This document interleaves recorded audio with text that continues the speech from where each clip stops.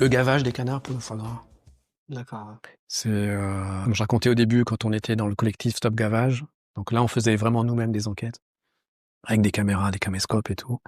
Et c'est pour moi, un des pires trucs que j'ai vu. Et on dit souvent que les canards souffrent pas. C'est vrai, c'est faux? Non, c'est faux, en fait. Il y a des rapports vétérinaires qui sont accablants, en fait, OK. pour cette filière. Beaucoup de gens pensent que c'est des oies et tout, mais je crois que c'est maintenant 98%, c'est des canards. On gave que les mâles.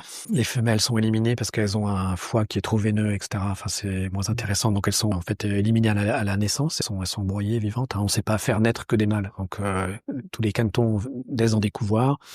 Et puis il y a une période d'élevage où ils grandissent, où là ils sont dans l'herbe, on fait toutes les belles photos avec les Pyrénées derrière et tout ça et après ils passent à la phase de gavage. Donc là c'est en cage, c'est des cages qui s'appellent des épinettes.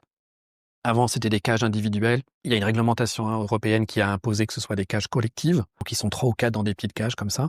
Ça fait des rangées de cages et puis vous avez la gaveuse ou le gaveur, l'éleveur qui va passer avec une machine, c'est une pompe pneumatique qui a de la purée de maïs sous pression, avec un tuyau qui ressemble à un tuyau d'aspirateur, comme ça, et puis comme un tube d'aspirateur en fait. Et puis on pince le bec des canards, comme ça, les grilles se baissent sur eux, et il y a juste une petite fente comme ça où il y a la tête qui dépasse, et donc ça permet de les attraper.